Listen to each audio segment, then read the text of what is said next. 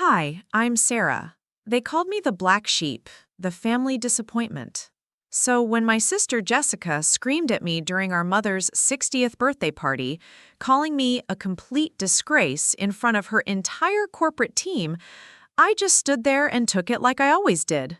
But when her boss suddenly appeared behind her and asked, "Why is the board chairman here?" everything changed. The look on Jessica's face when she realized who I really was made every year of hiding my true identity worth it. Before we jump back in, tell us where you're tuning in from, and if this story touches you, make sure you're subscribed, because tomorrow I've saved something extra special for you. I still remember the day everything started unraveling, though I suppose it had been building for years. I was 28, working what my family believed was a dead-end job at some small consulting firm downtown. My sister, Jessica, 3 years older and infinitely more successful in our parents' eyes, had just been promoted to senior marketing director at Morrison Associates, one of Chicago's most prestigious advertising agencies. She never let me forget it. The call came on a Tuesday morning while I was sitting in my modest studio apartment reviewing quarterly reports that my family would never understand the significance of. My mother's voice crackled through the phone, thick with worry and barely contained panic. "Sarah, we need you to come home immediately. Your father's had another episode." I gripped the phone tighter, my coffee growing cold as she explained. Dad had collapsed at his small accounting firm the third time this year. The doctors were talking about early retirement, about stress, about how the financial pressure of maintaining our family's middle-class lifestyle was literally killing him. But what Mom didn't say, what hung in the air between her words, was the real crisis. Dad's firm was failing, had been failing for months, and they've been too proud to tell anyone. "Jessica's flying in from her business trip," Mom continued, her voice breaking slightly. "She's bringing some of her colleagues from Morrison. They think they might be able to help with Dad's business, maybe find him some clients or something. You know how well-connected she is now." I closed my eyes, feeling the familiar weight of being the family afterthought. Jessica, the golden child with her corner office and expense account. Jessica, who drove a BMW and lived in a penthouse overlooking Lake Michigan. Jessica, who had spent the last 5 years making sure everyone knew exactly how successful she'd become and how far behind I'd fallen. "Of course," I said quietly. "I'll be there this afternoon." "Oh, and Sarah," Mom's voice took on that particular tone I'd learned to dread. "Try to dress nicely, okay? Jessica's boss might be there, and you know how important first impressions are." I hung up and stared at my reflection in the apartment's single window. At 28, I looked younger than my years, which had always been both a blessing and a curse. My brown hair was pulled back in a simple ponytail, my clothes comfortable but unremarkable. To anyone who didn't know better, I looked exactly like what my family believed me to be: underachieving, directionless, disappointing. The truth was so much more complicated. 3 hours later, I was driving my 10-year-old Honda toward my childhood home in suburban Evanston, my mind racing with memories I'd spent years trying to compartmentalize. Growing up, Jessica had been everything I wasn't. Outgoing, confident, academically gifted in all the ways that impressed teachers and parents. While she was student council president and homecoming queen, I was the quiet kid who spent lunch periods in the library, reading business journals instead of young adult novels. Our parents, both hardworking middle-class professionals, had seen Jessica's path as clear and bright. Preparing and narrating this story took us a lot of time, so if you are enjoying it, subscribe to our channel. It means a lot to us. Now, back to the story. Northwestern University, then an MBA from a prestigious program, followed by a rapid climb up the corporate ladder. My path had been different, more circuitous and infinitely more misunderstood. I'd graduated from a small state school with a degree in economics that I'd paid for myself through scholarships and part-time jobs. While Jessica was networking at exclusive MBA mixers, I was working 80-hour weeks at entry-level positions, learning the business world from the ground up in ways that no classroom could teach. While she was building her reputation at flashy advertising agencies, I was quietly building something else entirely. The irony was that everything my family saw as evidence of my failure was actually evidence of something they couldn't comprehend. The small apartment, the old car, the unremarkable clothes, all of it was camouflage, a way to stay invisible while I built an empire they never knew existed. My phone buzzed with a text message as I pulled into my parents' driveway. It was from Marcus, my chief operating officer, though my family had never heard his name. Board meeting moved to Thursday. The Henderson acquisition is looking good. They're impressed with our third-quarter numbers. I smiled grimly as I typed back a quick acknowledgement. Henderson Industries, the manufacturing giant that Jessica's agency had been desperately trying to land as a client for 2 years, the same company that was 3 weeks away from signing a $50 million contract with my firm. But of course, Jessica didn't know that. Nobody in my family knew that. The house looked exactly the same as it had during my childhood. A modest 2-story colonial with a carefully maintained lawn and my mother's prize-winning rose garden. Jessica's BMW was already in the driveway, gleaming silver against the afternoon sun, parked next to Dad's aging sedan. I took a deep breath and grabbed my purse, checking to make sure my phone was on silent. The last thing I needed was an important call interrupting whatever family drama was about to unfold. I found them in the living room, a tableau that perfectly captured our family dynamics. Dad sat in his favorite recliner, looking pale and older than his 55 years. Mom hovered nearby, wringing her hands and periodically adjusting throw pillows that didn't need adjusting. And Jessica, resplendent in a tailored designer suit that probably cost more than most people's monthly rent, held court from the center of the sofa, gesturing emphatically as she spoke to 2 impeccably dressed colleagues who nodded along with everything she said. "Sarah!" Mom practically leapt up when she saw me. "You're here! Come meet Jessica's friends from Morrison. This is David Chen, he's a vice president, and this is Amanda Rodriguez, she's a senior account executive." I smiled politely and shook hands with both of them, noting the way they sized me up in that particular way business people do when they're trying to place someone in their mental hierarchy. I could see them categorizing me. Jessica's younger sister probably works in retail or maybe elementary education, clearly not someone important enough to remember. "Sarah works for some consulting company downtown," Jessica said, her tone managing to make consulting company sound like fast food restaurant. "Nothing too exciting, right, Sarah? Not like advertising where we get to work with real corporate clients." I bit back my first 3 responses and simply nodded. "It pays the bills." David and Amanda exchanged the kind of look that people in successful careers give each other when forced to make small talk with someone they perceive as beneath their notice.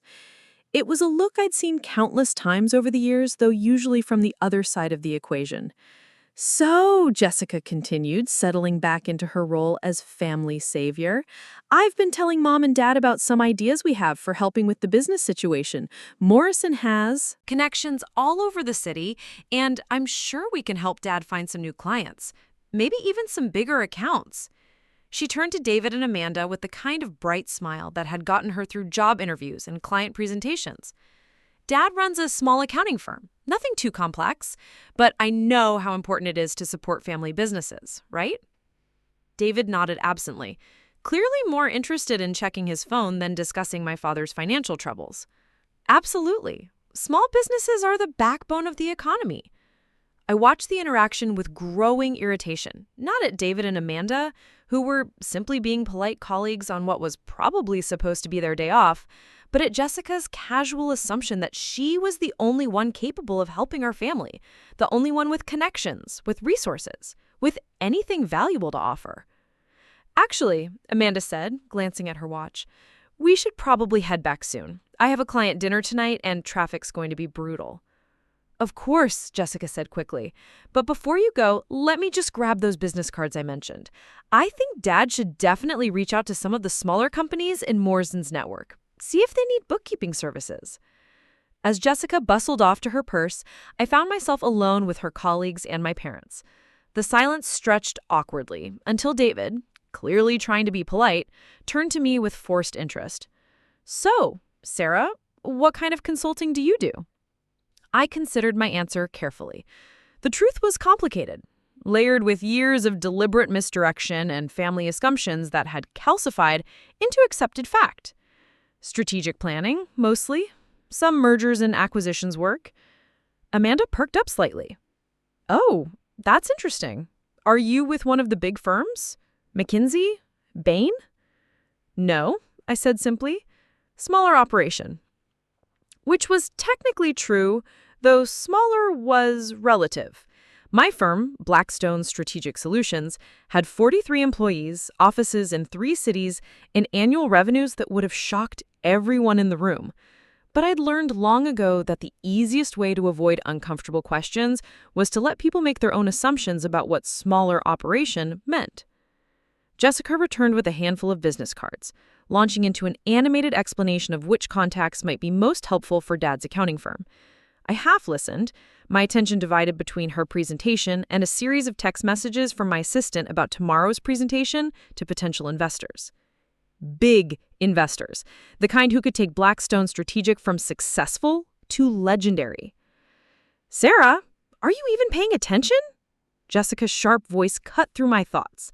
"I'm trying to help our family here, and you're playing on your phone like a teenager." I looked up to find her glaring at me with undisguised irritation. Behind her, David and Amanda looked uncomfortable, clearly regretting whatever social obligation had brought them to our family's crisis. "Sorry," I said, slipping my phone back into my purse. "I was just dealing with something for work." Jessica's laugh was sharp and humorless. "Work? Sarah, I appreciate that you want to feel important, but this is serious. Dad's business is failing, and I'm trying to use my actual connections to help. The least you could do is show some interest." The familiar sting of her dismissal washed over me, followed immediately by a flash of anger that I'd been suppressing for years. I was 30 seconds away from telling her exactly what I thought of her actual connections when Dad's voice cut through the tension.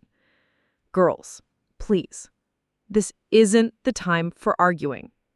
His voice was weak, tired in a way that had nothing to do with his recent health scare and everything to do with the weight of financial pressure he'd been carrying alone.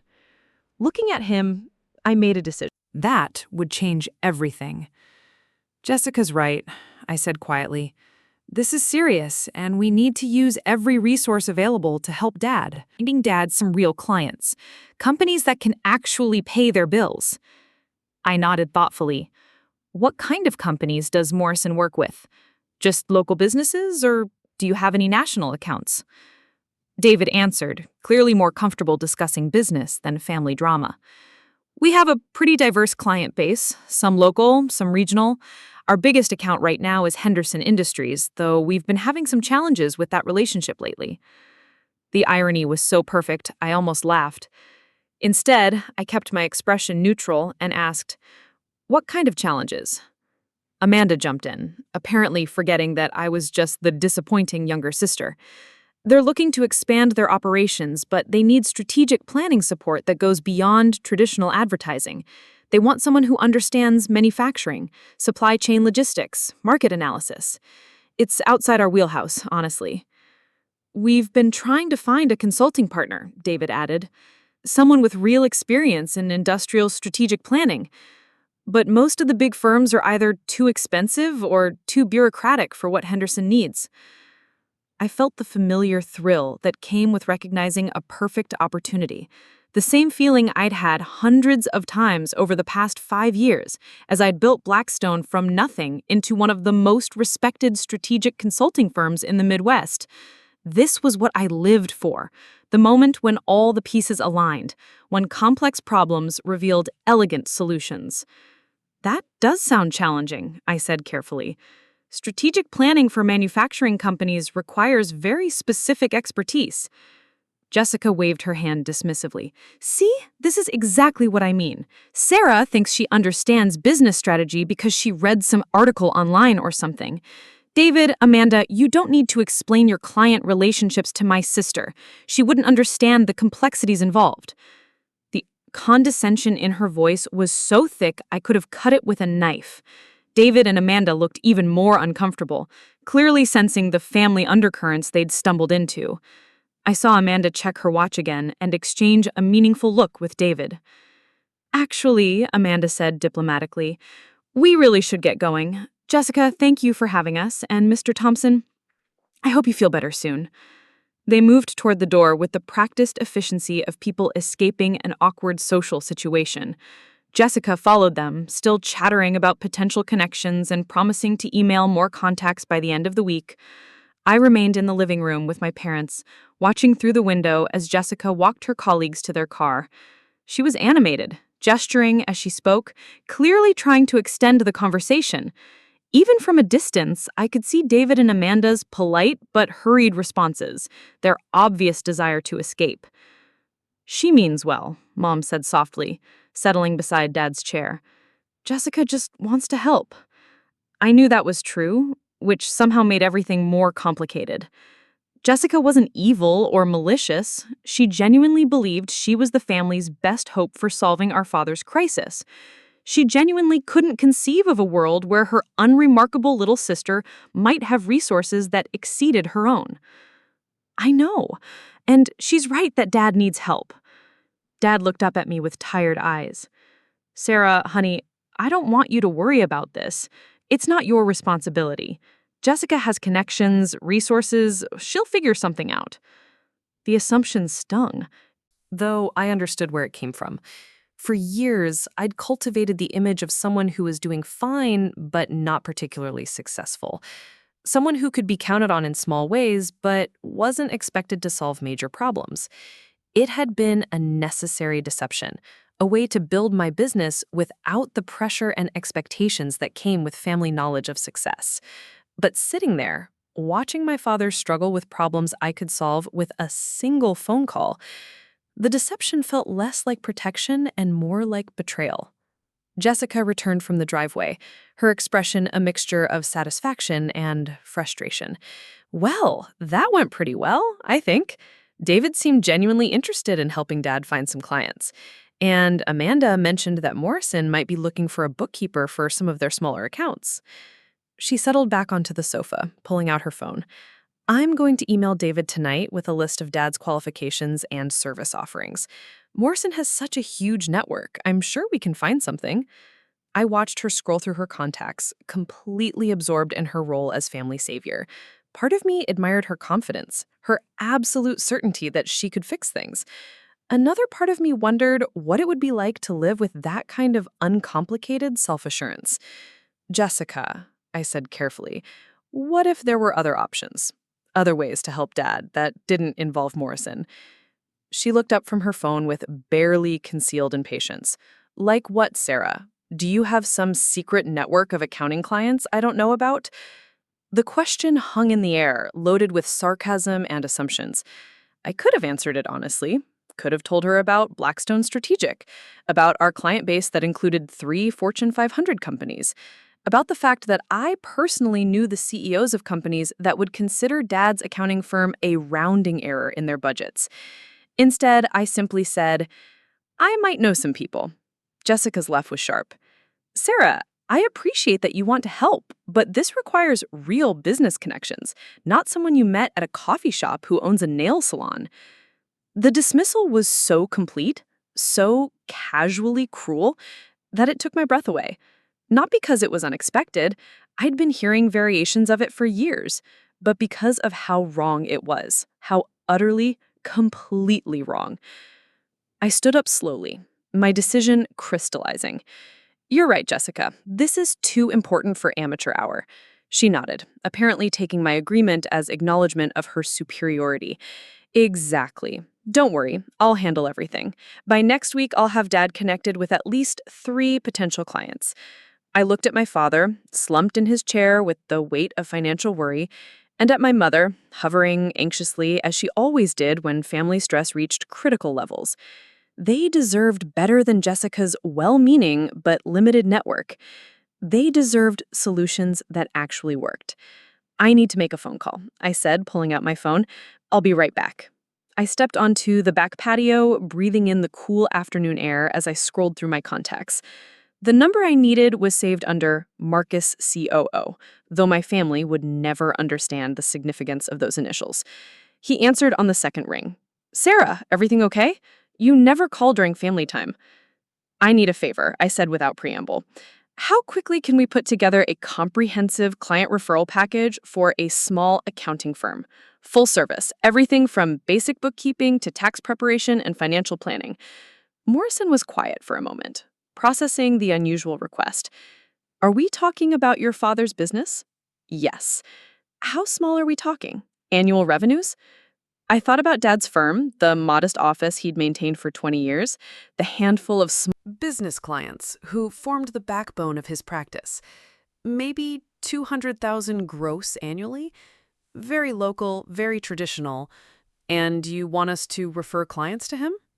I want us to connect him with businesses that need exactly what he offers. Small to medium enterprises, locally owned, the kind that value personal relationships over corporate efficiency. Marcus was quiet again, and I could practically hear him thinking through the logistics. We've got at least 12 clients in the Chicago area who fit that profile. Companies that have grown beyond basic bookkeeping software but aren't ready for big corporate accounting firms. Give me 48 hours to put together a referral package. Thank you. Sarah, is everything okay? This is pretty outside our normal scope. I looked through the patio door at my family, at Jessica still scrolling through her phone, at my parents trying to maintain hope in the face of mounting financial pressure. Everything's fine, I said. I'm just tired of watching people I love struggle with problems I can solve.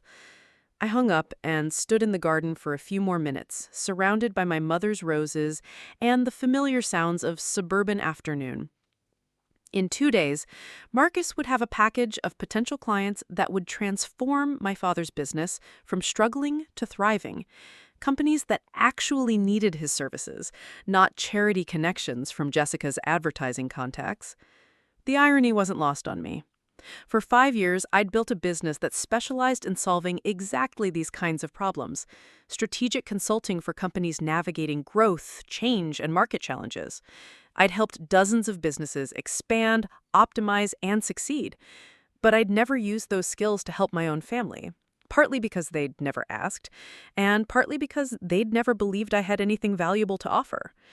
When I returned to the living room, Jessica was deep in conversation with Mom about potential timeline for Dad's recovery.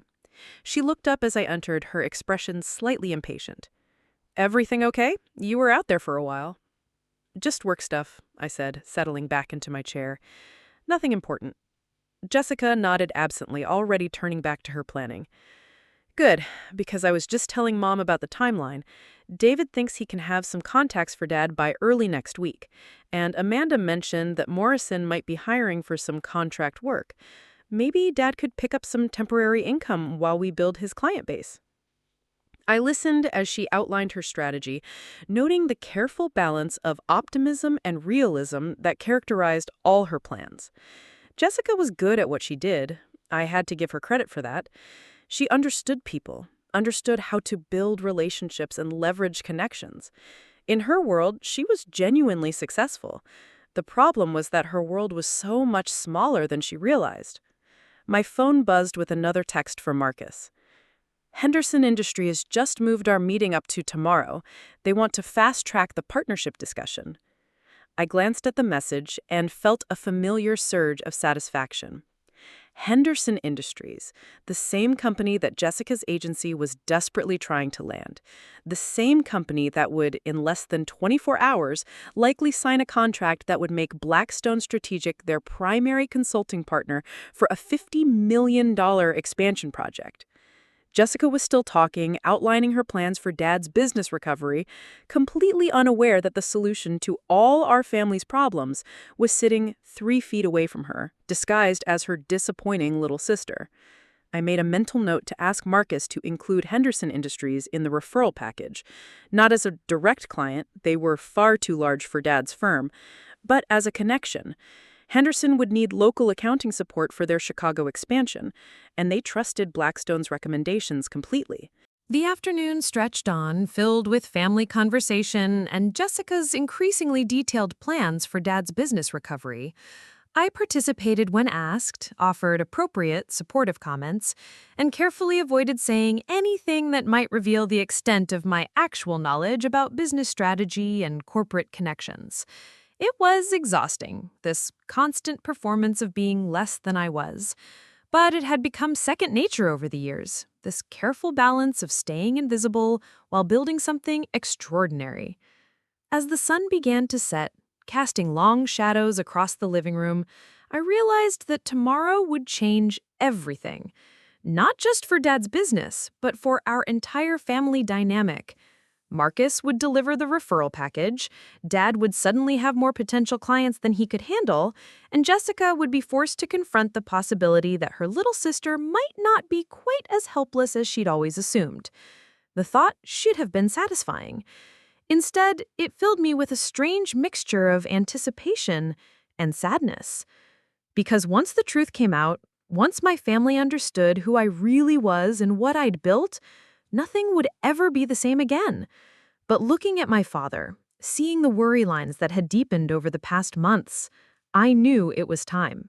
Time to stop hiding, time to stop pretending to be less than I was, time to use everything I'd built to help the people I loved most. Tomorrow, Jessica would learn that sometimes the family disappointment turns out to be the family's greatest asset. And sometimes the person everyone underestimates is exactly the person with the power to change everything. The next morning arrived with the kind of crisp October clarity that made Chicago beautiful and unforgiving in equal measure.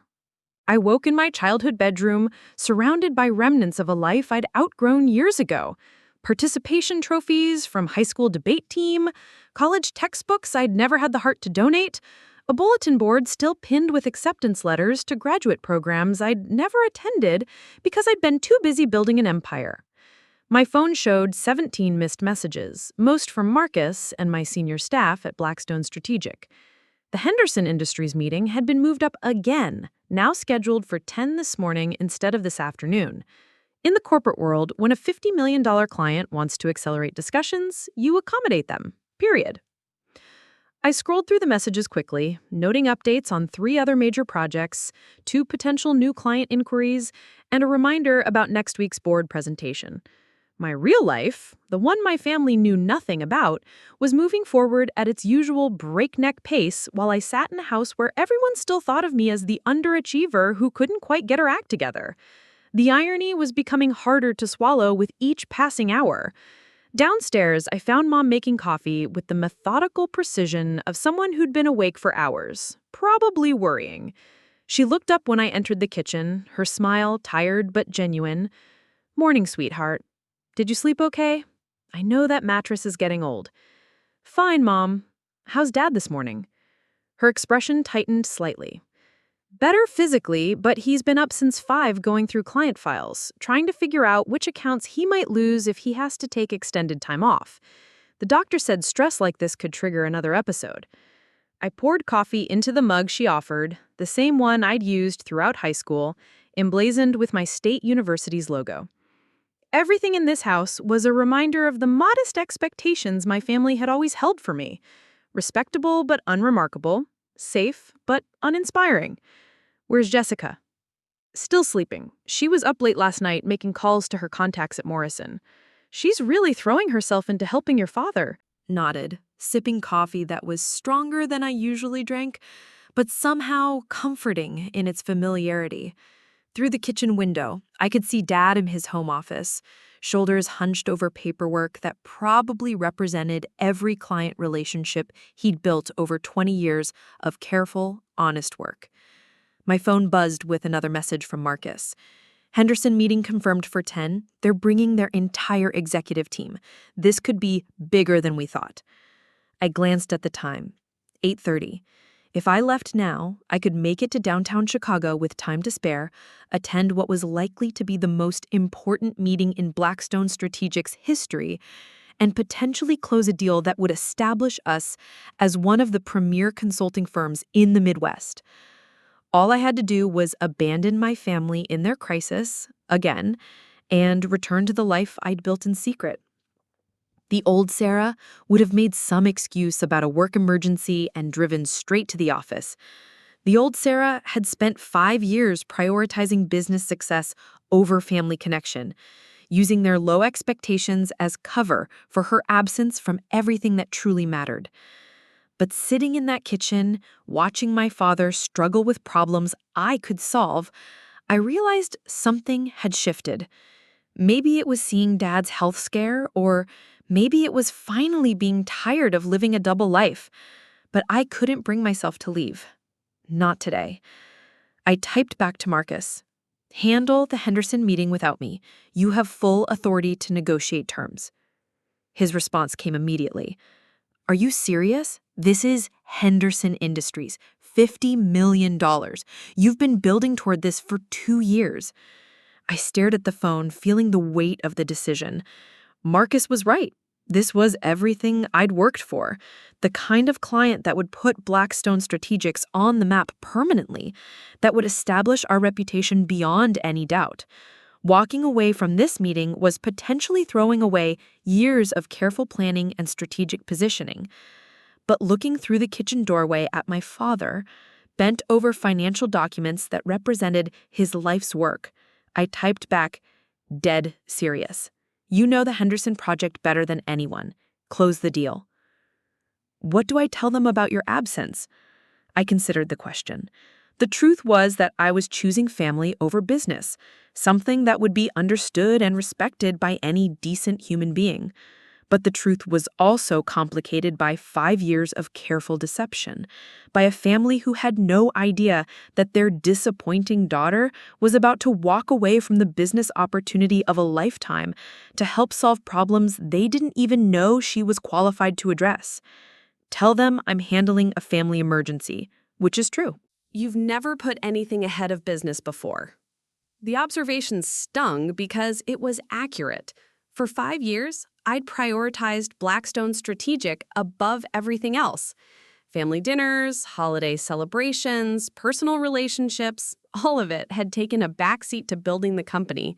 I justified it by telling myself that success would give me the freedom to be present later, but later had somehow never arrived. Maybe that's been the problem, I said quietly. Maybe I've been so focused on building something that would impress my family that I forgot to actually be part of it. Marcus was quiet for a moment, absorbing this uncharacteristic moment of vulnerability. Okay, I'll handle Henderson. But Sarah, if we close this deal, if we land this contract, everything changes. We'll be major players, real competition for the big consulting firms. I know. And if we don't close it because you weren't there, then that's on me. But Marcus, I have complete confidence in your ability to represent Blackstone Strategic. Make it happen. After I hung up, I stood in the garden for several minutes, processing what I'd just done. In the space of 5 minutes, I'd potentially jeopardized the most important business deal of my career to stay home and help solve problems that Jessica was convinced she could handle better than me. It should have felt reckless, irresponsible, completely contrary to every business instinct I'd developed over the past 5 years. Instead, it felt strangely liberating. When I returned to the kitchen, Jessica was there, impeccably dressed despite the early hour, scrolling through her phone while sipping coffee from a travel mug that probably cost more than most people spent on groceries in a week. "Morning," she said without looking up. "I've been up since 6 making calls to Morrison contacts. David thinks he can get Dad connected with at least 2 potential clients by the end of the week." I poured myself another cup of coffee, noting the subtle emphasis Jessica placed on David thinks. Everything was filtered through her professional relationships, her corporate connections, her carefully cultivated network of advertising executives. That's great. What kind of clients? Small businesses, mostly, a restaurant group that needs help with bookkeeping, and maybe a construction company that's outgrown their current accountant. She finally looked up from her phone, her expression brightening with professional enthusiasm. David said Morrison could probably send Dad 2 or 3 referrals a month if things work out well. I did quick math in my head. 2 or 3 small business referrals per month might generate enough additional revenue to stabilize Dad's practice, but it wouldn't address the underlying problem. His existing clients were aging out of business ownership, retiring, or selling to larger companies that brought their own accounting teams. What Dad needed wasn't just new clients, but the right kind of clients. Growing businesses that would expand their needs over time, creating sustainable long-term relationships. What about larger accounts? I asked carefully. Companies that might need more comprehensive services. Jessica waved her hand dismissively. Sarah, Dad's not equipped to handle large corporate accounts. He doesn't have the staff or the systems.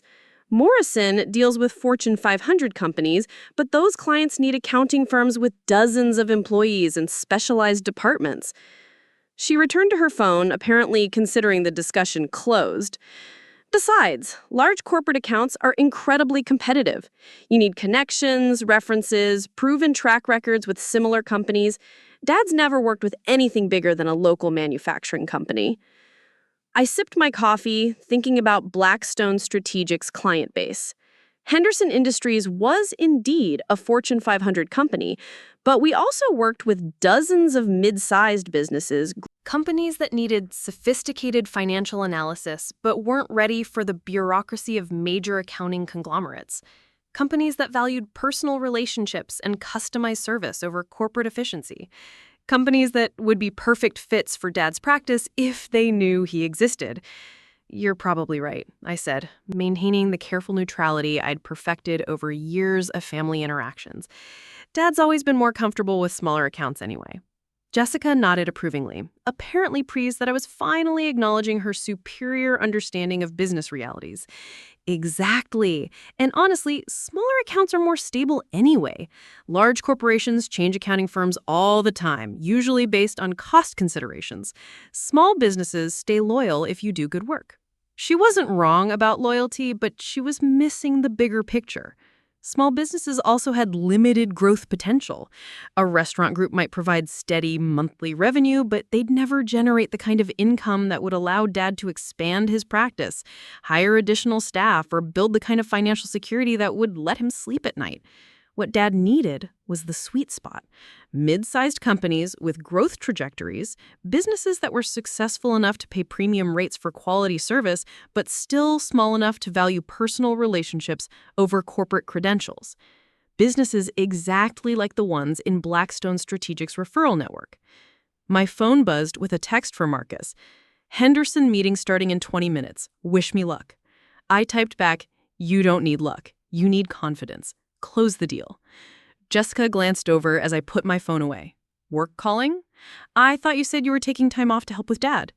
I am, just letting my boss know I won't be available today. The lie came so easily that it startled me.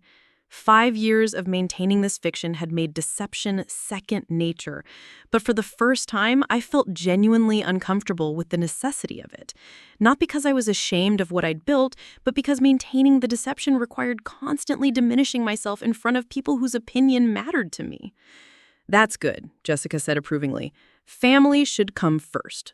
Although, honestly, Sarah, you might want to think about whether this consulting job is really going anywhere. I mean, if you can just take time off whenever you want, how important can you really be? The casual cruelty of the observation hit like a physical blow. Jessica wasn't trying to be hurtful, she was simply operating from assumptions that had been reinforced for years. In her mind, I was someone whose work was flexible because it wasn't particularly valuable, someone who could afford to prioritize family because I had nothing more important to prioritize. She had no way of knowing that I'd just walked away from the most important business meeting of my career to stay home and help solve problems she was convinced I couldn't understand. You're probably right, I said. Because any other response would have led to questions I wasn't ready to answer. Dad appeared in the kitchen doorway, looking haggard despite having been awake for only a few hours. He dressed carefully in slacks and a button-down shirt as if preparing for important meetings, but his eyes held the flat exhaustion of someone who'd spent the night staring at problems that seemed insurmountable. "Morning, girls," he said, attempting the kind of cheerful tone that had characterized his interactions with us throughout childhood. "Beautiful day, isn't it?" Jessica immediately shifted into helpful daughter mode, setting down her phone and focusing entirely on Dad's needs. "Morning, Dad. How are you feeling? Do you want some breakfast? I can make eggs." "Coffee's fine for now," he said, accepting the mug Mom handed him. "I've been going through Client files, trying to get a better sense of where things stand. He settled at the kitchen table, spreading several manila folders in front of him with the careful precision of someone organizing his life's work. Each folder represented years of relationship building, of providing reliable service to small business owners who trusted him with their financial futures. The good news is that most of my existing clients are current on their payments, he continued, opening the first folder. The challenging news is that I'm losing about one client a month to retirement or business closure. At this rate, I'll be down to maybe 15 active accounts by the end of next year. Jessica leaned over to examine the folders, her expression serious and focused. "What kind of revenue are we talking about, Dad? I mean, what would you need in new clients to maintain current income levels?" Dad pulled out a yellow legal pad covered with his careful handwriting. "I'd need to replace about $30,000 in annual revenue just to stay even.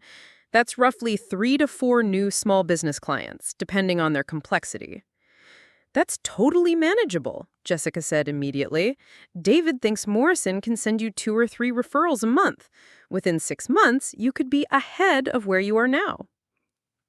I studied Dad's numbers, noting details that Jessica's optimism was glossing over. His existing client base skewed older, which meant accelerating retirement rates over the next 5 years. His revenue per client had remained flat for the past 3 years, suggesting he wasn't raising rates to keep pace with inflation. Most concerning, his client acquisition had been essentially zero for the past 18 months, meaning he'd become entirely dependent on referrals and word of mouth. What Dad needed wasn't just replacement clients, but a fundamental shift in his business strategy. He needed to target growing companies that would expand their accounting needs over time. He needed to raise his rates to reflect the value of his experience. And he needed to position himself as a premium service provider rather than a low-cost alternative. In short, he needed exactly the kind of strategic consultation that Blackstone Strategic provided to dozens of companies every year. "Dad," I said carefully, "have you considered raising your rates? Your pricing seems pretty conservative compared to other accounting firms." He looked surprised by the question. "Well, I don't want to price myself out of the market. Most of my clients are small businesses. They're price sensitive. But if your current pricing isn't generating enough revenue to sustain the practice, then you're not really helping anyone," I pointed out.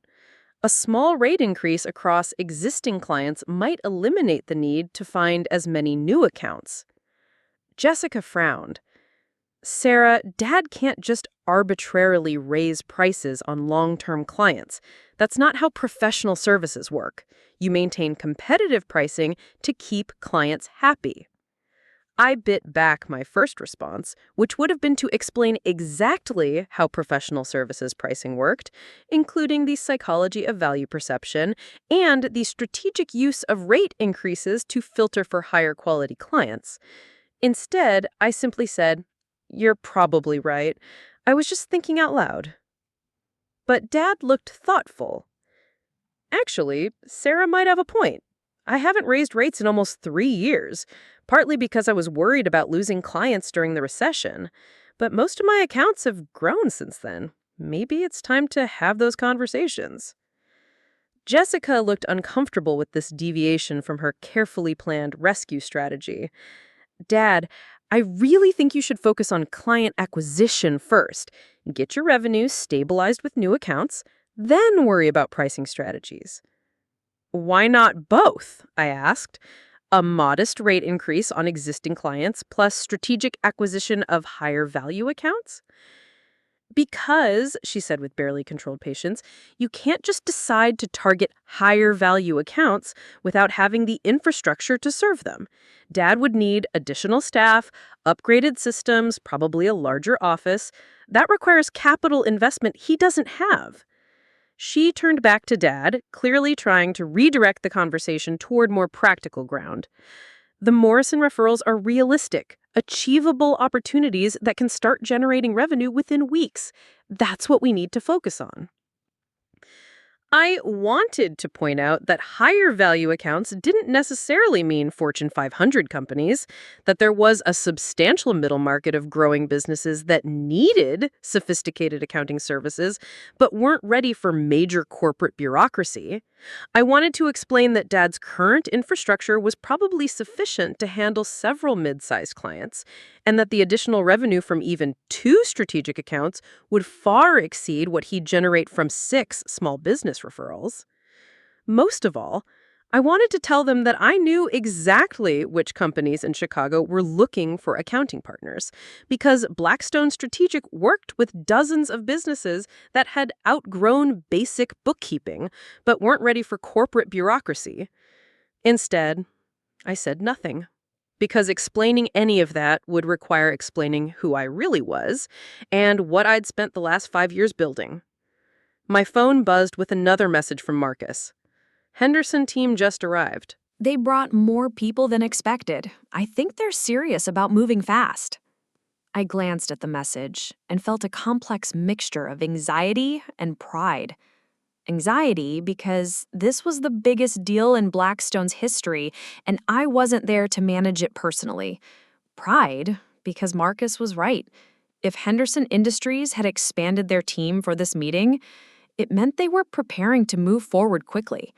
It also meant that by tonight, I would either be the founder of a major strategic consulting firm or someone who'd thrown away the opportunity of a lifetime to sit in her childhood kitchen and watch her sister manage problems with solutions that were perfectly adequate but completely unambitious.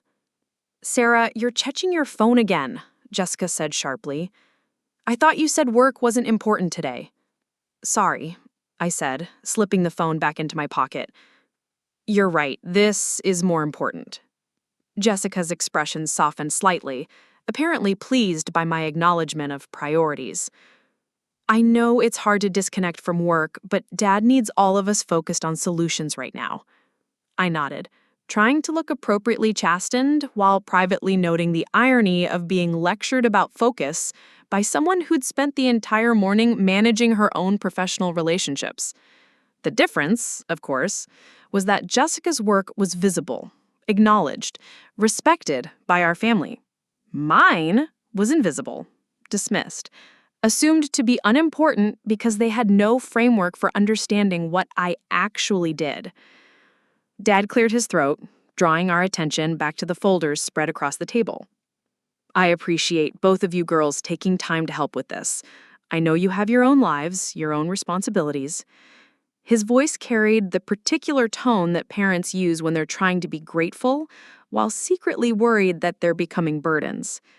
It was the sound of a man who'd spent his entire adult life taking care of others and was struggling to accept that he might need taking care of himself. "Don't be ridiculous, Dad," Jessica said immediately. "This is what family does. We take care of each other." She was right, of course, which made my years of absence from exactly this kind of family crisis feel even more pointed.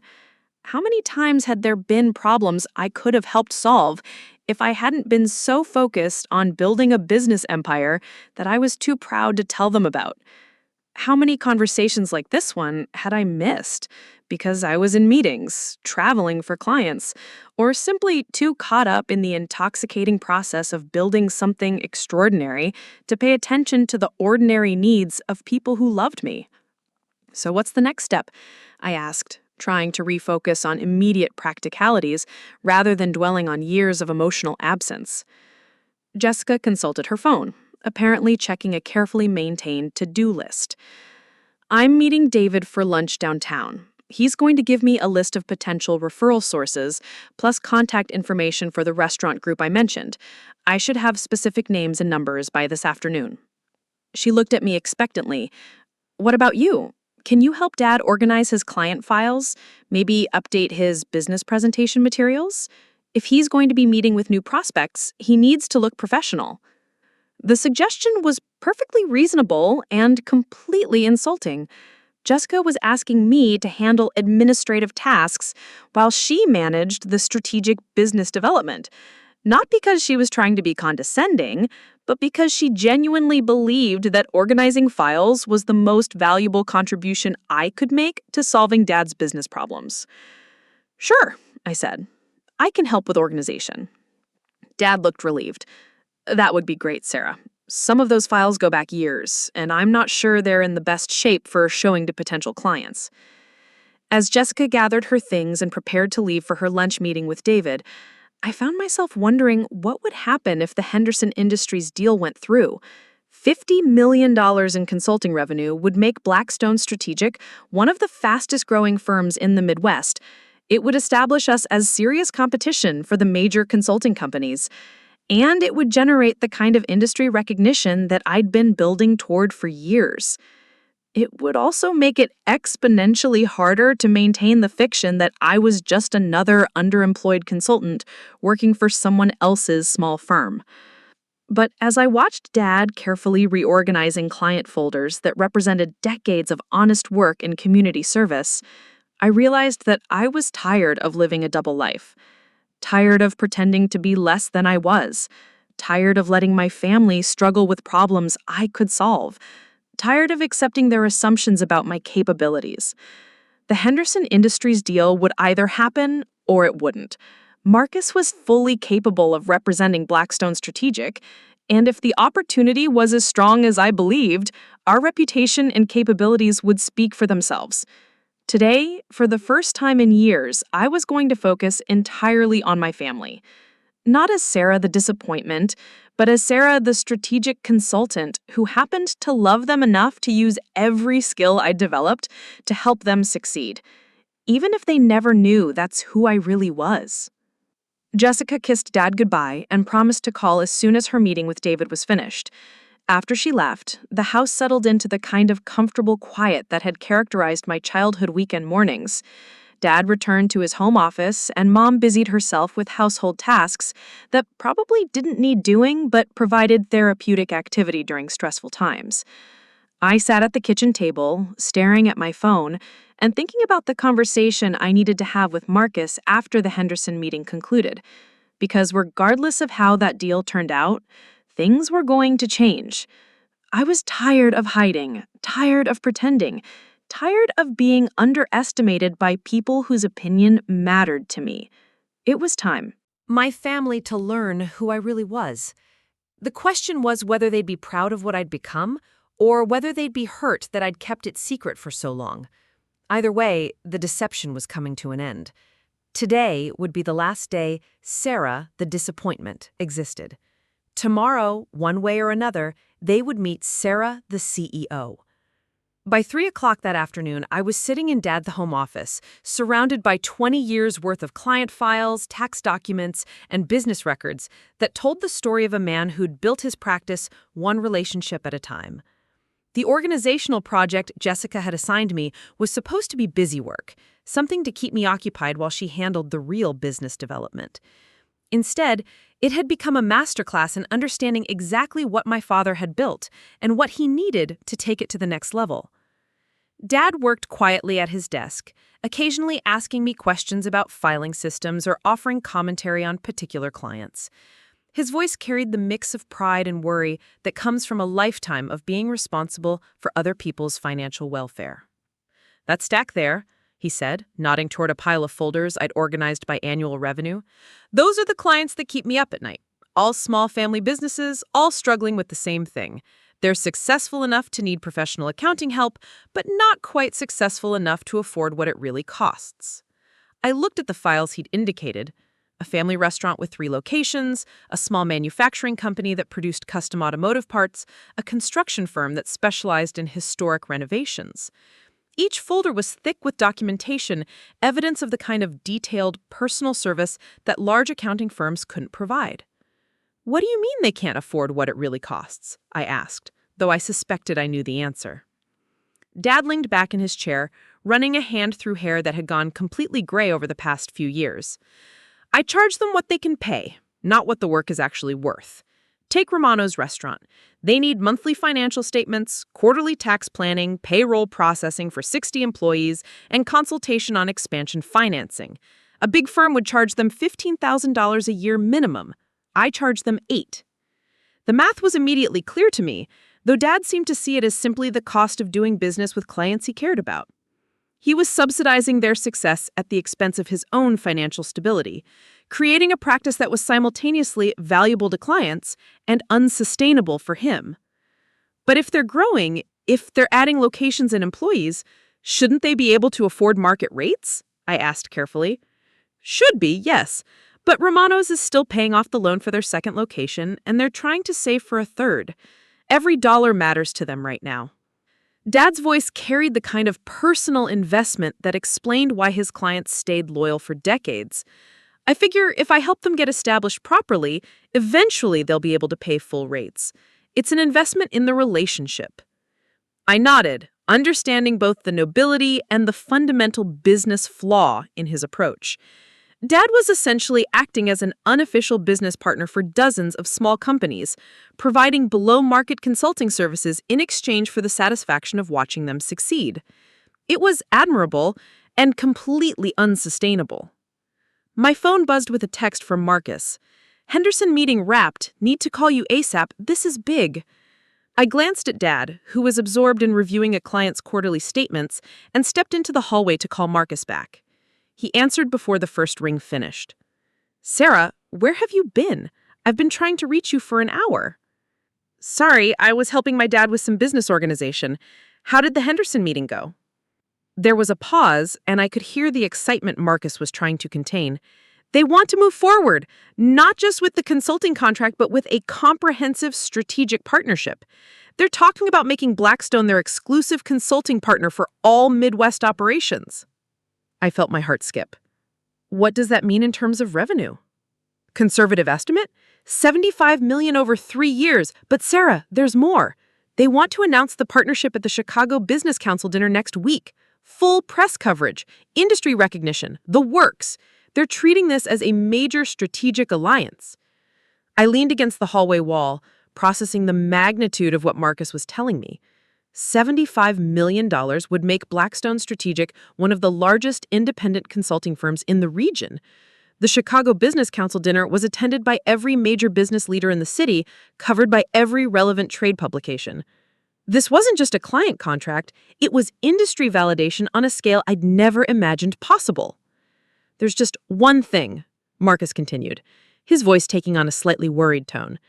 "They want you there. Not just at the dinner, but at the announcement. Henderson's CEO specifically asked to meet with Blackstone's founder. I told them you were handling a family emergency, but they made it clear that your presence is non-negotiable if we want to move forward." I closed my eyes, feeling the familiar tension between my professional and personal lives reaching a breaking point. The Chicago Business Council dinner was in 5 days. 5 days to figure out how to tell my family that their disappointing daughter was actually the founder of a company that was about to be featured in every major business publication in the Midwest. "Sarah, are you there?" "I'm here, just thinking."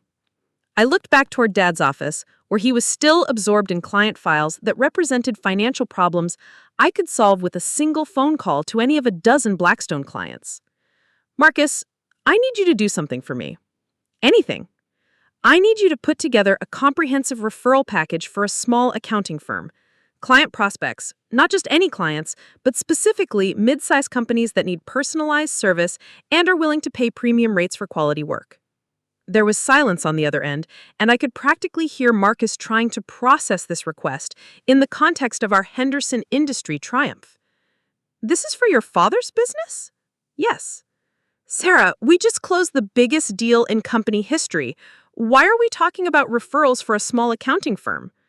The question was entirely reasonable, and I didn't have an answer that would make sense to someone who didn't understand the 5-year deception I'd been maintaining.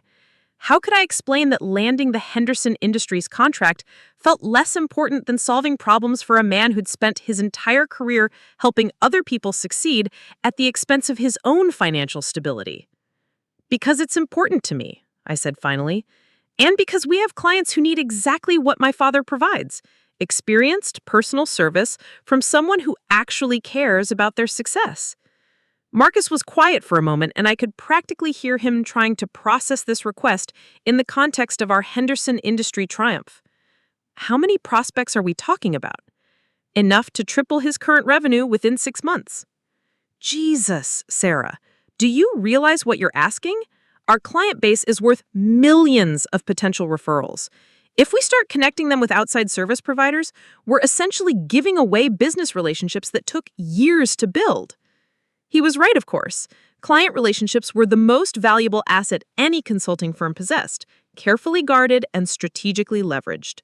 What I was asking Marcus to do was unprecedented, using Blackstone's network to benefit someone outside the company, someone who had no formal relationship with our business. I'll take full responsibility, I said. If anyone has concerns about conflicts of interest or relationship management, they can take it up with me directly. And what do I tell our clients when I approach them about accounting referrals?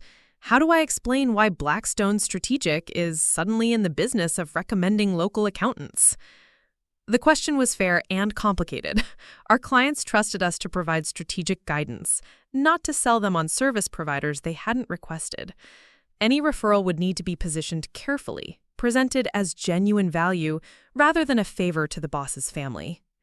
You tell them the truth, I said, that we've identified a highly experienced accounting professional who specializes in serving growing companies that need sophisticated financial services but aren't ready for corporate-level bureaucracy.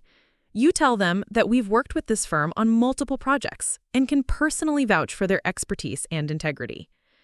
Have we worked with your father's firm on multiple projects?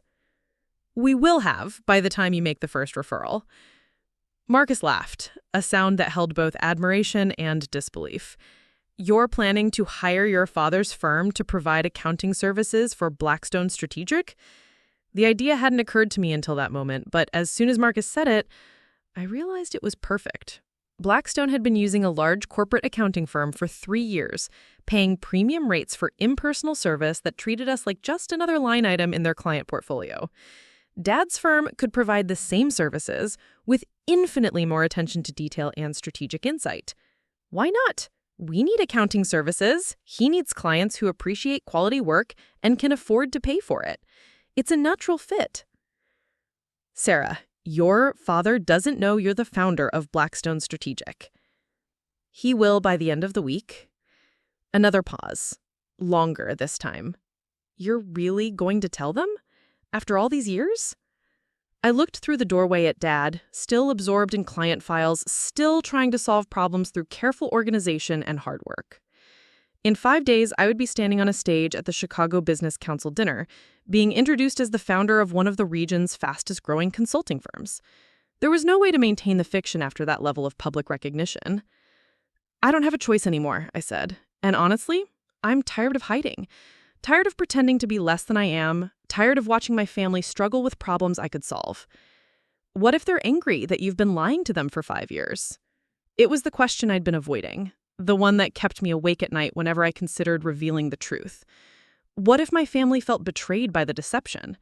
What if they couldn't understand why I'd hidden my success instead of sharing it? What if the very thing I was most proud of became the thing that damaged our relationships permanently? Then I'll deal with that, I said, finally. But I can't keep living this double life. It's not fair to them, and it's not fair to me. Okay, Marcus said, his voice taking on the tone he used when committing to challenging projects. I'll put together the referral package. How soon do you need it? Tomorrow morning. Tomorrow? Sarah, that's not enough time to properly vet prospects and develop referral strategies.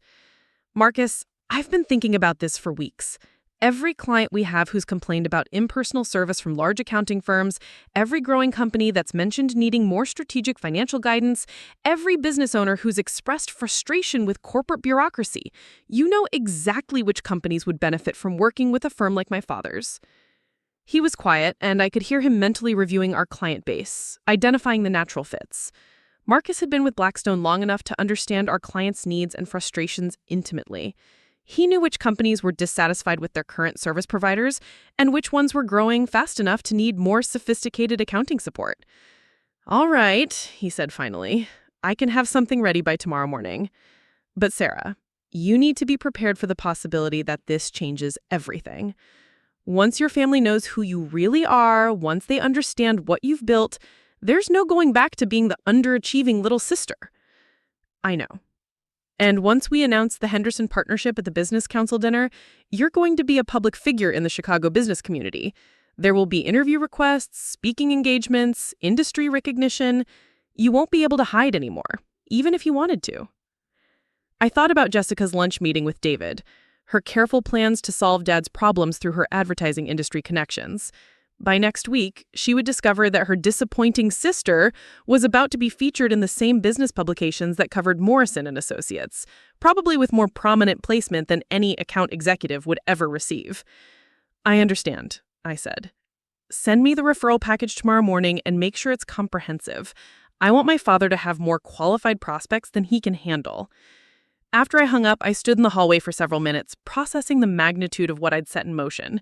In less than 24 hours, I would begin the process of revealing 5 years' worth of carefully hidden success.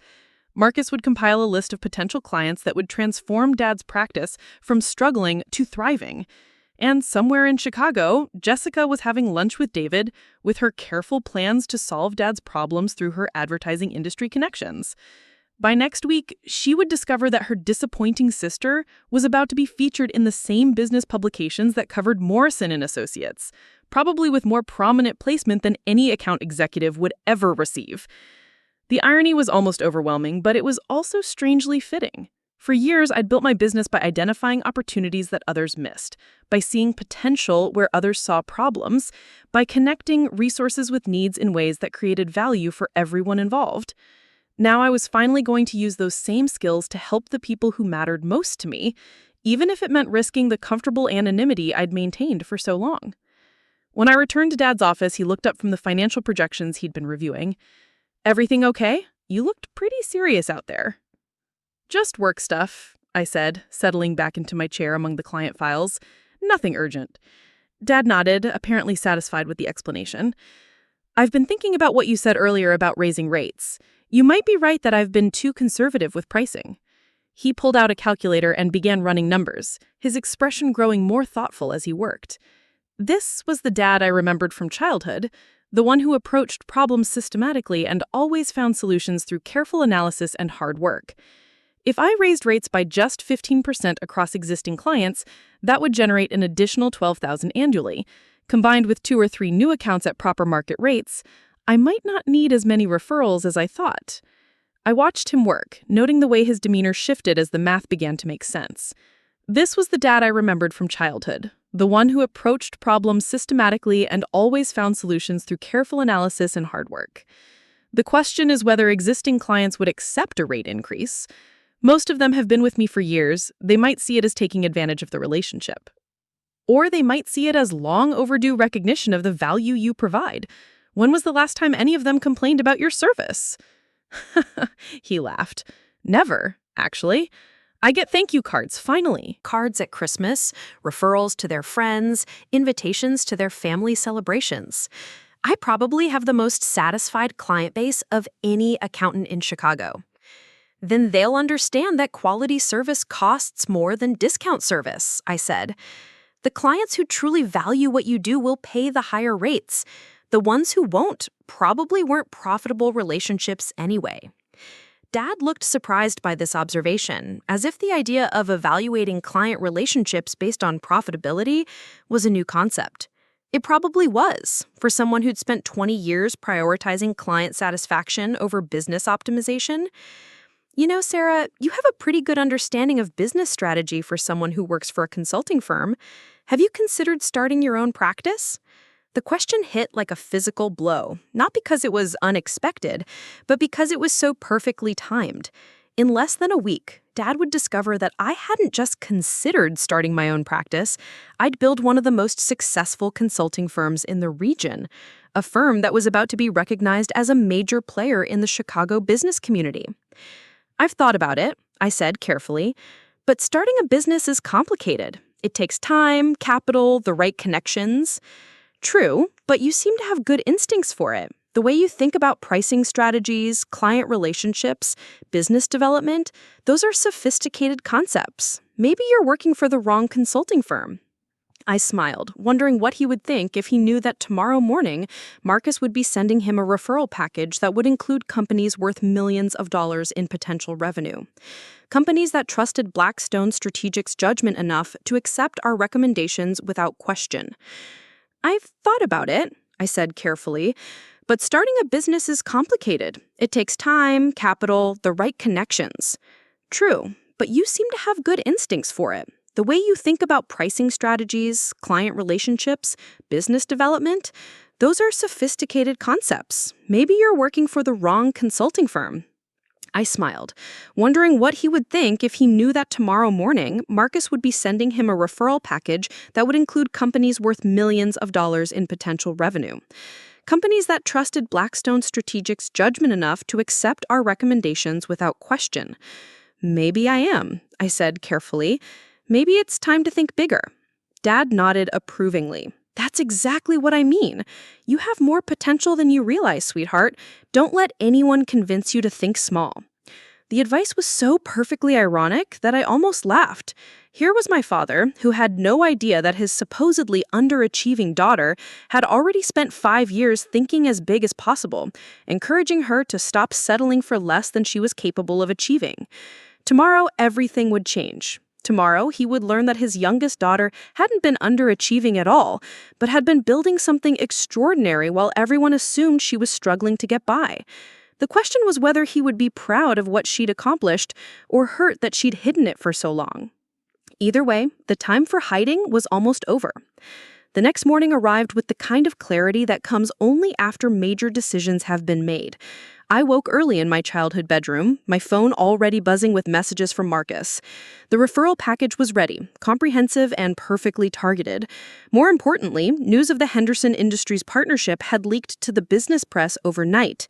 My phone screen showed notifications from Chicago Business Journal, Crane's Chicago Business, and 3 other trade publications, all wanting to schedule interviews with Blackstone Strategic's founder, all wanting to understand how a relatively young consulting firm had landed one of the most coveted contracts in the region. I scrolled through the headlines, each one making it more impossible to maintain the fiction that I was just another underemployed consultant. Local firm lands major manufacturing deal. Henderson Industries chooses Chicago strategic partner. Blackstone Strategic emerges as a regional player. By noon, my professional life would be front-page news in every publication that mattered to Chicago's business community, including the ones that Jessica read religiously to stay current on industry trends and competitor activity. I dressed carefully that morning, choosing clothes that could work for both a family conversation and the inevitable business calls that would follow. As I came downstairs, I could hear voices in the kitchen. Jessica had returned from her overnight stay at her downtown apartment, apparently ready to implement whatever strategy she'd developed during her meeting with David. The timeline is aggressive, but manageable. David thinks if Dad can get professional materials together by early next week, we can start making introductions to potential clients.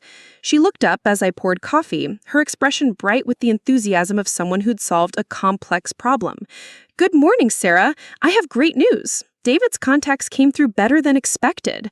Mom was bustling around the kitchen with the kind of focused energy that indicated she'd been up early, probably worrying and planning in equal measure. Dad sat at the table with a fresh cup of coffee and what appeared to be a folder of documents Jessica had brought with her. "What kind of contacts?" I asked, settling into my usual chair. Jessica opened her laptop, clearly prepared for a comprehensive presentation. 3 solid prospects, the restaurant group I mentioned, plus a small law firm that needs bookkeeping help, and a startup tech company that's outgrown basic accounting software. She turned the laptop screen toward Dad, displaying what appeared to be a carefully prepared client summary. David estimates these 3 accounts could generate about $18,000 in additional annual revenue. Not enough to solve everything, but a solid start. I sipped my coffee and studied the information Jessica had compiled. The restaurant group was indeed a legitimate prospect, though their financial complexity would require significantly more work than Jessica's revenue estimate reflected. The law firm was a perfect fit for Dad's services, but their growth potential was limited. The tech startup was interesting, but notoriously difficult to work with, demanding immediate service while often struggling to pay invoices promptly. "Those all sound promising," I said carefully. "What's the next step?" "Dad needs to put together professional presentation materials," Jessica replied, consulting what appeared to be a detailed project timeline. "Company overview, service descriptions, client references, pricing structure. David thinks these prospects will want to see evidence that Dad can handle their complexity." She gestured toward the folder in front of Dad. "I've drafted some sample marketing copy based on Morrison's client presentation format. Obviously, Dad's firm is much smaller, but the same principles apply." I glanced at the documents she'd prepared, noting the careful language that positioned Dad's practice as boutique and personalized rather than small. It was competent work, the kind of professional presentation that would make a good impression on potential clients. It was also completely unnecessary. My phone buzzed with a text from Marcus. "Press calls are starting. Chicago Business Journal wants to do a feature story. How do you want me to handle this?" I typed back quickly. "Take the calls. Full transparency about company history and growth. I'll be available for interviews this afternoon." Jessica noticed me texting and frowned. "Sarah, we're trying to have a family meeting here. Can your work wait an hour?" "Actually," I said, putting down my phone, "my work is directly relevant to what we're discussing." Jessica's frown deepened. "How is your consulting job relevant to Dad's accounting practice?" I looked around the table at my family. These people who'd shaped my entire understanding of loyalty and hard work and doing the right thing even when it was difficult. They deserved the truth, all of it, regardless of how complicated it made our relationships going forward. "I'm not just a consultant," I said quietly. "I'm the founder And CEO of Blackstone Strategic Solutions. We're a strategic consulting firm specializing in business optimization and growth planning. And as of yesterday, we're the exclusive consulting partner for Henderson Industries' entire Midwest operation." The silence that followed was so complete, I could hear the refrigerator humming in the corner. Jessica stared at me as if I'd announced I was actually an alien visitor from another planet. Dad's coffee mug paused halfway to his lips. Mom stopped moving entirely, her hand frozen on the dish rag she'd been using to wipe the counter. "What did you just say?" Jessica's voice was barely audible. I pulled out my phone and showed them the Chicago Business Journal headline.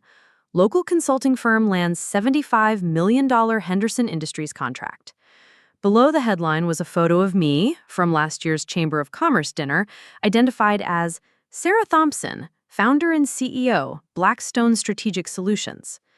Jessica took the phone from my hands, her eyes scanning the article with increasing disbelief. "This says your company has 43 employees and offices in 3 cities. This says you've been operating for 5 years." "That's correct." "This says Henderson Industries chose Blackstone Strategic over McKinsey and Boston Consulting Group." "Also correct." Dad found his voice first. "Sarah, honey, I don't understand. You told us you worked for a small consulting firm." "I do work for a small consulting firm. I own it." Jessica was still staring at the phone screen, her expression cycling through confusion, shock, and what appeared to be the beginning of anger. "You've been lying to us for 5 years? About everything?" "Not lying," I said carefully. "Just not sharing details that didn't seem relevant to family conversations." "Not relevant?" Jessica's voice rose sharply. "You're the founder of a $75 million consulting firm, and it didn't seem relevant?" Mom finally spoke up, her voice small and uncertain. "Why didn't you tell us, sweetheart? We would have been so proud." The hurt in her voice was worse than Jessica's anger. I could handle confrontation, could defend business decisions and strategic choices. But disappointing people who loved me, people who'd supported me even when they thought I was underachieving, that was infinitely more difficult. "Because I wanted to build something real before I talked about it," I said. "Because I was tired of family expectations and assumptions about what I should do with my life. because I needed space to figure out who I was professionally without everyone's opinions and advice. Jessica stood up abruptly, pacing to the kitchen window with jerky, agitated movements. So while we've all been worried about you, thinking you were struggling to find your direction, you've been running a major business? While I've been sending you job listings and offering to make networking introductions, you've been managing 43 employees? Yes. And yesterday, when I was explaining business strategy to you, like you were some kind of amateur, you just sat there and let me? I was trying to be supportive of your efforts to help Dad. Jessica whirled around, her face flushed with embarrassment and anger. Supportive? You were humoring me. You were sitting there with your secret empire, letting me explain how client referrals work to someone who apparently manages $75 million in consulting contracts. The accusation stung because it contained just enough truth to be uncomfortable. I had let Jessica explain business concepts I understood better than she did. I had accepted her dismissive comments about my career without correcting her assumptions. I had allowed her to position herself as the business expert in the family while hiding the fact that my expertise far exceeded hers. Jessica, I wasn't trying to humiliate you. I was trying to find a way to help Dad without making this about my career success. Well, congratulations, she said bitterly. You've certainly made it about your career success now. Dad cleared his throat, his voice cutting through the tension with the authority that comes from being the parent in a room full of adult children having an argument. That's enough, both of you. He stood up slowly, moving to the window where Jessica was standing. Sarah, I need to understand something. Why are you telling us this now? What's changed? I looked at my father, this man who'd spent his entire career helping other people succeed, who'd built his practice on relationships and integrity, and the kind of personal service that large firms couldn't provide. He deserved an answer that was as honest as I could make it. Because I'm tired of watching you struggle with problems I can solve, I said. Because Marcus is putting together a referral package right now that will connect you with companies that need exactly what you provide. Experienced, personalized accounting services for growing businesses that value quality over cost. I pulled up Marcus's email on my phone, showing them the preliminary list he'd sent that morning. 12 companies, all current Blackstone clients, all looking for accounting partnerships. Conservative estimate, $60,000 in additional annual revenue within 6 months. Dad took the phone, scrolling through the list with growing amazement. These are major companies. National manufacturing, regional retail chains, technology firms. Sarah, these accounts would transform my practice. I know, that's the point. Jessica was reading over Dad's shoulder, her expression shifting from anger to something that looked like stunned realization. Henderson Industries is on this list? They're looking for accounting support? For their Chicago expansion, yes. They need local financial services for a new manufacturing facility and regional headquarters. It's exactly the kind of account Dad's firm is perfectly positioned to handle. The kitchen fell silent again as the implications sank in. Henderson Industries, the same company that Morrison Associates had been pursuing for 2 years, the company that Jessica had mentioned yesterday as being completely outside Dad's capabilities, was potentially going to become his client through a referral from the consulting firm his supposedly underachieving daughter had built in secret. I need to sit down, Jessica said, returning to her chair with movements that seemed unsteady. Dad was still scrolling through the referral list, his expression mixing gratitude with bewilderment. Sarah, these opportunities are extraordinary, but I don't understand how your consulting firm has this level of relationship with companies like Henderson Industries. Because Blackstone Strategic specializes in helping companies optimize their operations and plan for growth. We develop deep partnerships with our clients, understanding not just their strategic needs, but their operational requirements. When they need additional services, accounting, legal, marketing, human resources, they trust our recommendations. I gestured toward the laptop where Jessica's presentation materials were still displayed. What you need isn't 3 small accounts that might generate $18,000 in revenue. What you need is strategic positioning as the premier accounting firm for growing mid-sized companies in Chicago. Companies that can afford to pay for quality service and will expand their needs as they grow. Mom finally spoke up for the first time since learning about Blackstone Strategic. But sweetheart, if you've had access to these kinds of opportunities all along, why didn't you mention them sooner? Why did you let Dad worry about his practice failing? The question hit harder than Jessica's anger because it went to the heart of why I'd maintained the deception for so long. How could I explain that I'd been so focused on building professional wealth, Credibility that I'd neglected to use it for the people who mattered most? How could I justify 5 years of watching family struggles that I could have solved with a phone call? Because I was a coward, I said finally. Because I was afraid that if you knew about my success, everything would change. Your expectations, our relationships, the way you saw me. I liked being able to come home and just be your daughter, not the CEO of anything. Jessica looked up from the referral list, her anger replaced by something that looked like hurt. So you thought we couldn't handle knowing that you were successful? You thought we'd treat you differently if we knew you'd built something extraordinary? I thought you'd never see me the same way again. I thought every conversation would become about business, about opportunities, about what I could do for everyone instead of who I was as a person. Dad set down my phone and reached across the table to take my hand. Sarah, honey, we're proud of you no matter what you accomplish professionally, but we're also hurt that you felt like you couldn't trust us with the truth. The simple statement, delivered without anger or judgment, hit harder than any accusation could have. He was right. I hadn't trusted them with the truth, hadn't believed that our relationships were strong enough to survive the knowledge of my professional success. I'm sorry, I said, my voice smaller than I intended. I was trying to protect something that didn't need protecting, and I ended up creating problems that didn't need to exist.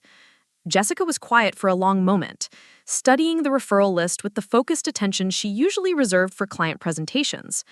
When she finally spoke, her voice carried a mixture of resignation and grudging respect. These opportunities are incredible, Sarah. If Dad can land even half of these accounts, his practice will be one of the most successful in the region. She looked up at me with an expression I couldn't quite read. I spent yesterday trying to solve problems you could have solved with a text message. Your solutions were good solutions, I said honestly. The clients you identified are legitimate opportunities that would have helped Dad stabilize his practice. I just happen to have access to opportunities that go beyond stabilization. Beyond stabilization into what territory, exactly? I thought about the question, about what Dad's practice could become with the right client base and strategic positioning. Into the territory where he's not just surviving, but leading, where other accounting firms refer their overflow to him because they know he can handle complexity they can't, where growing companies seek him out specifically because of his reputation for helping businesses succeed. Dad was quiet, absorbing the implications of what I was describing. That's a very different kind of practice than what I've been building. It's the practice your skills and experience deserve. You've been undercharging and over-delivering for 20 years. These clients will pay full rates for the value you provide, and they'll appreciate the personal attention that larger firms can't offer. The kitchen fell silent as everyone processed the magnitude of what had been revealed and what was being offered.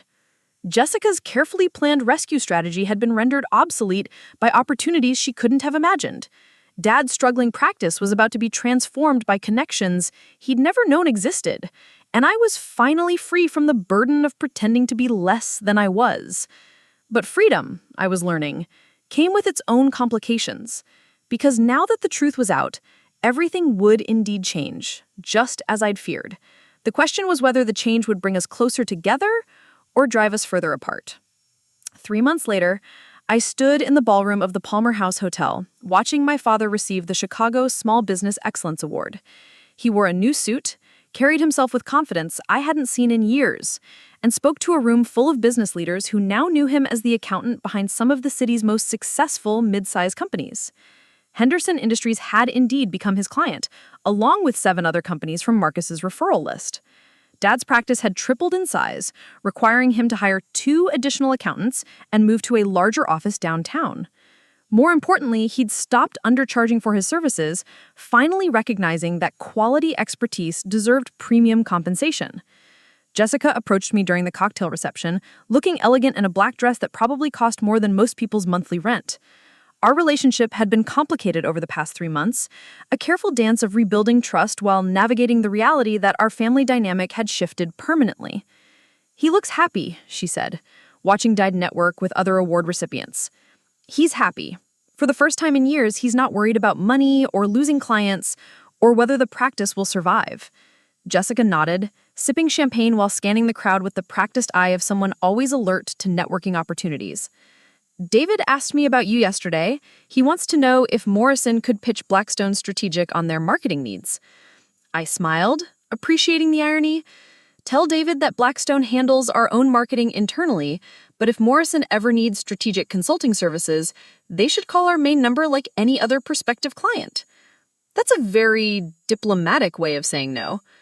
That's a very professional way of saying that our firms operate in different leagues now.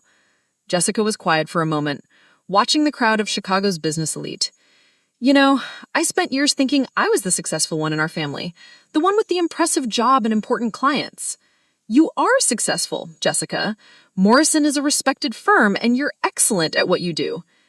But you built something from nothing. You created 43 jobs and a company that matters in ways mine never will." She turned to face me directly.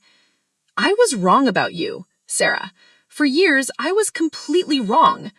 Before I could respond, Mom appeared beside us, beaming with pride that seemed to radiate from every pore. "Girls, come quick. They're announcing the Regional Business Achievement Awards, and Sarah's category is next." I followed her toward the main stage, feeling the familiar mixture of pride and nervousness that came with public recognition. The Chicago Business Council had nominated Blackstone Strategic for Emerging Company of the Year, a designation that would cement our reputation as one of the region's premier consulting firms. As they called my name and I walked toward the stage, I caught sight of Dad in the audience. He was applauding enthusiastically, his face glowing with the kind of parental pride that transcended any professional achievement. Beside him, Jessica clapped with genuine enthusiasm, her earlier resentment replaced by what looked like authentic respect. Mom dabbed at her eyes with a tissue, probably crying happy tears for the second time that evening. I accepted the award with appropriate gratitude and humility, thanking our clients and employees for their trust and dedication. But as I looked out at the audience, seeing my family together in the front row, I realized that the real victory wasn't the recognition or the revenue or the industry respect. The real victory was standing there as exactly who I was, without apology or pretense, surrounded by people who loved me not despite my success, but because of the person that success had helped me become. After the ceremony, we gathered in the hotel bar for a quiet family celebration. Dad raised his glass in a toast that managed to be both heartfelt and slightly emotional. "To Sarah, who taught us that sometimes the person you underestimate the most turns out to be exactly the person you need," Jessica added. "And to second chances, and to families that can grow and change and forgive."